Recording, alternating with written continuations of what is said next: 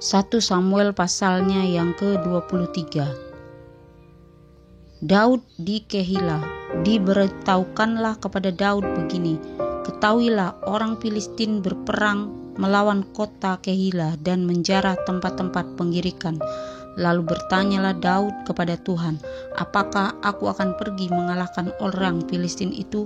Jawab Tuhan kepada Daud, pergilah, kalahkanlah orang Filistin itu dan selamatkanlah Kehila. Tetapi orang-orang Daud berkata kepadanya, ingatlah, sedangkan di sini di Yehuda kita sudah dalam ketakutan, apalagi kalau kita pergi ke Kehila melawan barisan perang orang Filistin. Lalu bertanya pula lah Daud kepada Tuhan.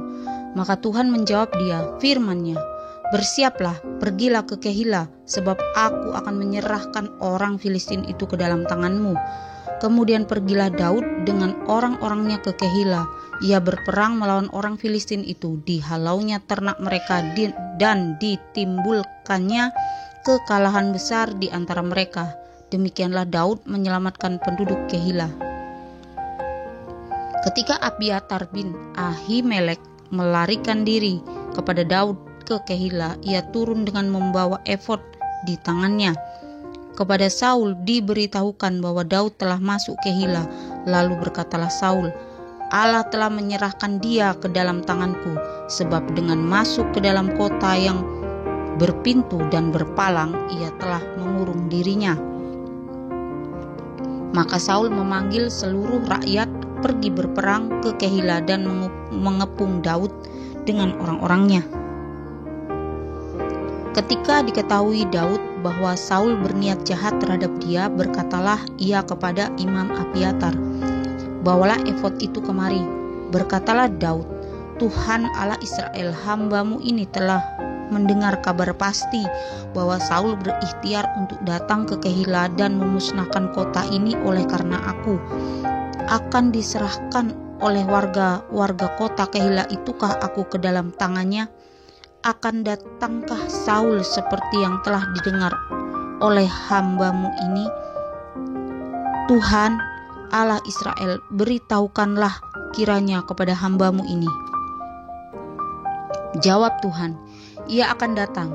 Kemudian bertanyalah Daud, akan diserahkan oleh warga-warga kota Kehila itukah aku dengan orang-orangku ke dalam tangan Saul?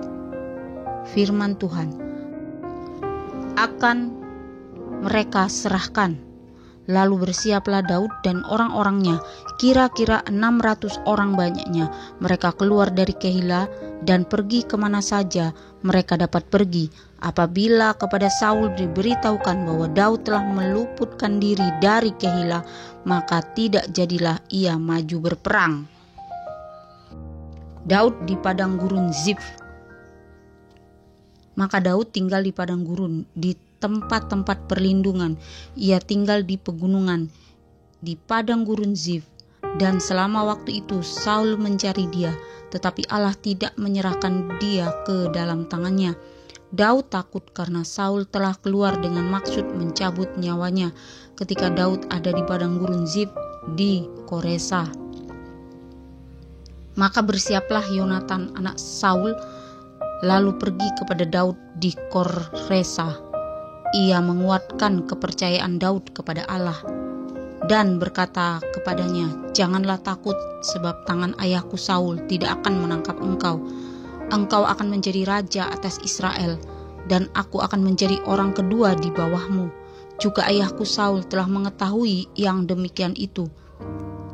Kemudian kedua orang itu mengikat perjanjian di hadapan Tuhan, dan Daud tinggal di Koresa, tetapi Yonatan pulang ke rumahnya. Tetapi beberapa orang Zif pergi menghadap Saul di Gebea dan berkata, Daud menyembunyikan diri di dekat kami di kubu-kubu gunung dekat Koresa, di bukit Hakhila, di sebelah selatan padang belantara. Oleh sebab itu, jika tuanku raja berkenan datang, silahkanlah datang. Tanggungan kamilah untuk menyerahkan dia ke dalam tangan raja. Berkatalah Saul, diberkatilah kiranya kamu oleh Tuhan, karena kamu menunjukkan sayangmu kepadaku. Baiklah pergi, carilah kepastian lagi, berusahalah mengetahui di mana ia berada dan siapa yang telah melihat dia di sana, sebab telah dikatakan orang kepadaku bahwa ia sangat cerdik. Berusahalah mengetahui segala tempat persembunyiannya. Kemudian datanglah kembali kepadaku dengan kabar yang pasti, dan aku akan pergi bersama-sama dengan kamu. Sesungguhnya jika ia ada di dalam negeri, maka aku akan meneliti dia di antara segala ribuan orang Yehuda. Lalu berkemaslah mereka pergi ke Zif mendahului Saul. Daud dan orang-orangnya ada di padang gurun Maon di dataran di sebelah selatan padang belantara. Ketika Saul dengan orang-orangnya pergi mencari Daud, diberitahukannya lah hal itu kepada Daud. Lalu pergilah ia ke gunung batu dan tinggal di padang gurun Maon. Saul mendengar hal itu, lalu mengejar Daud di padang gurun Maon. Saul berjalan dari sisi gunung sebelah sini dan Daud dengan orang-orangnya dari sisi gunung sebelah sana. Daud cepat-cepat mengelakkan Saul, tetapi Saul dengan orang-orangnya sudah hampir mengepung Daud serta orang-orangnya untuk menangkap mereka. Ketika seorang suruhan datang kepada Saul dengan pesan, "Segeralah undur, sebab orang Filistin telah menyerbu negeri," maka berhentilah Saul mengejar Daud dan pergi menghadapi orang Filistin. Itulah sebabnya orang menyebut tempat itu Gunung Batu Keluputan. 1 Samuel pasalnya yang ke-24. Daud membiarkan Saul hidup. Daud pergi dari sana lalu tinggal di kubu-kubu gunung di En-Gedi. Ketika Saul pulang sesudah memburu orang Filistin itu, diberitahukannya lah kepadanya demikian, "Ketahuilah, Daud ada di padang gurun En-Gedi."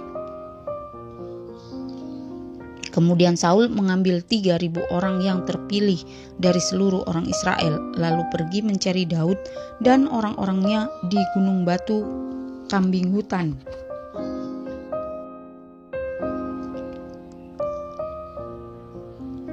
Ia sampai ke kandang domba di tepi jalan. Di sana ada gua dan Saul masuk ke dalamnya untuk membuang hajat.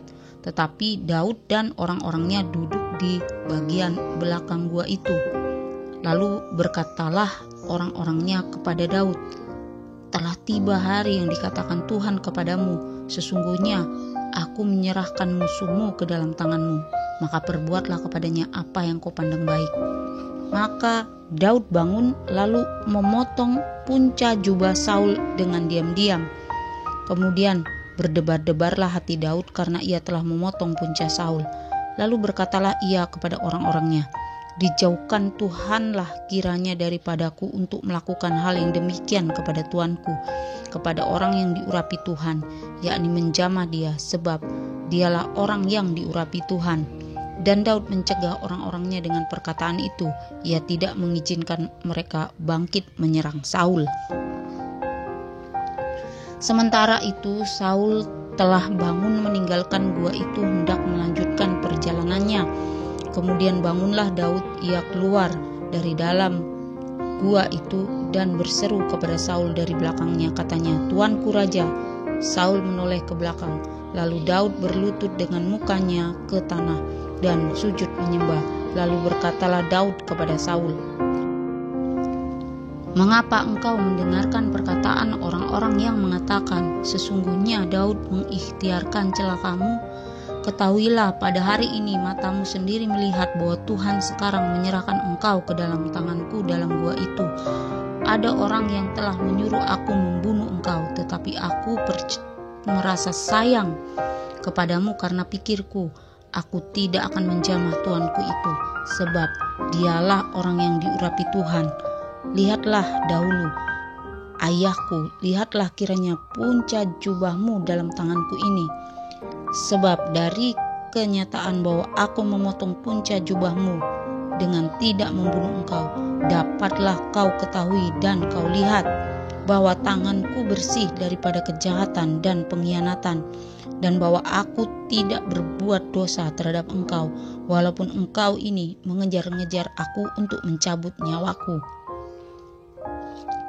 Tuhan kiranya menjadi hakim di antara aku dan engkau. Tuhan kiranya membalaskan aku kepadamu, tetapi tanganku tidak akan memukul engkau. Seperti peribahasa orang tua-tua mengatakan, dari orang fasik timbul kefasikan, tetapi tanganku tidak akan memukul engkau. Terhadap siapakah Raja Israel keluar berperang? Siapakah yang kau kejar? Anjing mati, seekor kutu saja.